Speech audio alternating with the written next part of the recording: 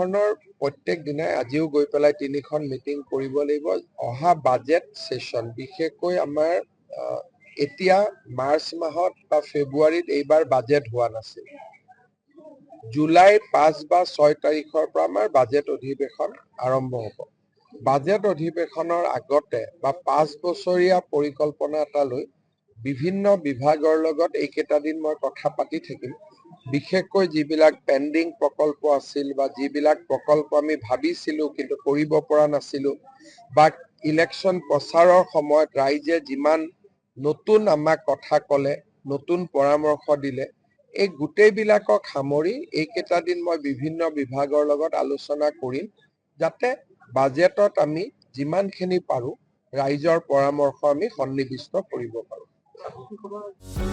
যিকোনো খবৰৰ বাবে যোগাযোগ কৰক আমাৰ এই নম্বৰত 9181 307 221।